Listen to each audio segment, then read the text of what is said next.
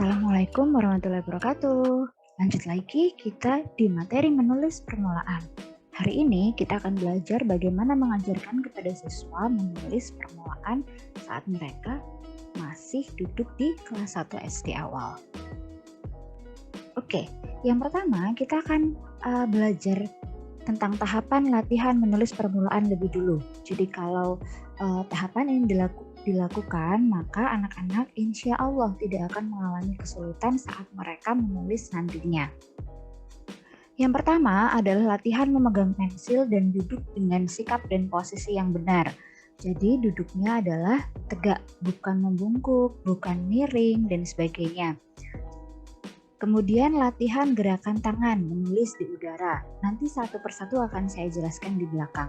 Kemudian yang selanjutnya adalah latihan mengeblat atau menebalkan tulisan yang sudah ada, atau bisa juga menyalin tulisan yang sudah ada menggunakan kertas baru yang lebih tipis. Kemudian ada latihan menghubungkan titik-titik yang membentuk huruf. Juga latihan menatap bentuk huruf atau tulisan, yaitu dengan mengamati bentuk-bentuk tersebut. Ada latihan menyalin, latihan menulis halus, latihan melengkapi tulisan yang sengaja dihilangkan, menuliskan nama benda yang ada pada gambar, mengarang sederhana dengan bantuan gambar, dan yang terakhir adalah latihan dikte atau imla. Oke, ini adalah gambar untuk bagaimana memegang pensil yang benar serta sikap duduk yang benar.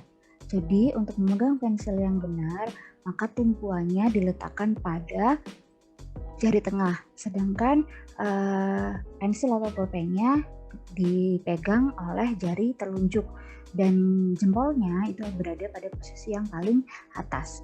Kemudian sikap duduk yang benar, tegak, menghadap ke depan, serta kalian bisa perhatikan kertasnya atau bukunya itu tidak miring-miring, jadi memang harus sesuai dengan arah badan kita, sama-sama lurus menghadap ke depan. Itu menghindarkan kita untuk bisa mengalami seperti skoliosis, kemudian kifosis, lordosis dan sebagainya. Kalian pasti tahu itu. Nah, tadi saya sudah minta kalian untuk mempraktekkan. Sekarang kalian bisa perhatikan apakah kalian sudah memegang pensil dengan benar serta sikap duduk kalian pun sudah benar atau belum. Nah, ini ada contoh gerakan menulis di udara. Tujuannya apa? Tujuannya adalah untuk melemaskan otot siswa, otot tangan. Nah, ini adalah contohnya untuk menulis di udara. Jadi memang hanya betul-betul untuk melemaskan otot tangan siswa saja sebelum mereka menulis di kertas. Yang ketiga ada latihan mengeblat atau menebalkan tulisan yang sudah ada. Misalnya guru menuliskan huruf-huruf di kertas dengan spidol, jadi tebal gitu ya. Kemudian siswa menumpuk kertas yang lebih tipis di atasnya sehingga huruf pada kertas yang sudah ditulisi tetap kelihatan. Lalu siswa menulis huruf-huruf yang tampak tersebut dengan pensil. Atau bisa juga guru menuliskan huruf dengan pensil tipis dan kemudian siswa menebalkannya. Selanjutnya ada latihan menghubungkan titik-titik yang membentuk huruf. Nah, ini kalian pasti tahu karena banyak sekali buku-buku yang menyediakan sarana untuk belajar menebalkan atau menghubungkan titik-titik seperti ini. Ada pula latihan menatap bentuk huruf atau tulisan. Guru menuliskan huruf atau kata di papan tulis, kemudian siswa diminta untuk menatap dan mengamati.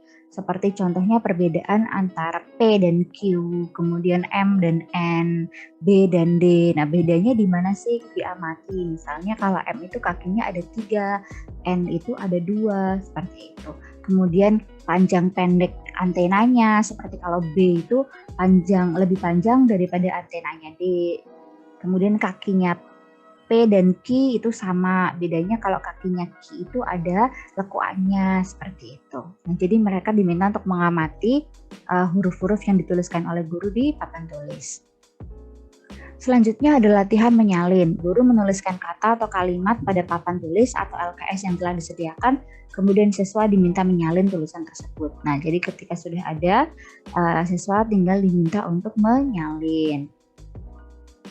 Nah, Untuk menulis halus, kalian bisa lihat pada link berikut ini. Jadi nanti kalian bisa menonton cara-cara menulis halus yang baik. Nanti juga akan saya berikan contoh bentuk-bentuk tulisan halus yang sesuai seperti apa di Edmodo. Kemudian latihan melengkapi tulisan yang sengaja dihilangkan. Ini ketika siswa memang sudah mengenal huruf-huruf dan setidaknya mereka sudah tahu kata yang akan ditulis. Ibu memasak di titik-titik, misalnya dapur. Kemudian Nana bermain titik-titik di halaman, bola atau boneka seperti itu. Adik terlambat masuk sekolah. Jadi mereka diminta untuk menulis sesuai dengan apa yang sudah dipelajari sebelumnya, yakni huruf-huruf, kata, dan bagaimana menuliskannya. Selanjutnya menuliskan nama benda yang ada pada gambar. Nah, jadi ada gambar apel, sepeda, seperti itu. Adik pula mengarang sederhana dengan bantuan gambar. Jadi sudah ada gambar dan diminta untuk menceritakan, misalnya menggunakan 3 kalimat. Kemudian mereka untuk bisa menjawab di situ, misalnya Andi dan Rina sedang mengelap meja. Terus misalnya ayah sedang mengecat dinding, ibu sedang mengepel, misalnya seperti itu. Jadi mereka diminta untuk bercerita sesuai dengan imajinasinya masing-masing. Dan mereka pun diperbolehkan untuk memberi nama tokoh yang ada pada gambar. Dan yang terakhir adalah guru mendiktekan kalimat dan siswa menuliskan yang didiktekan guru di buku tulis masing-masing. Nah, ini biasanya ketika mereka memang sudah ahli. Kalian mungkin ingat juga ketika di kelas 1, 2, 3 itu banyak guru meminta siswanya untuk menuliskan apa yang didiktekan, sebenarnya adalah untuk memperlancar siswa-siswanya dalam menulis seperti itu. Oke, terima kasih. Itu saja untuk materi hari ini. Sebenarnya singkat sekali karena memang ini semua kalian sudah lakukan dan kalian semua pasti sudah tahu bagaimana melakukannya. Hanya saja kebiasaan kita membentuk suatu kebiasaan yang kadang kurang baik, seperti ketika menulis itu membungkuk atau miring, memegang pensilnya juga salah. Itu sebenarnya dari kebiasaan.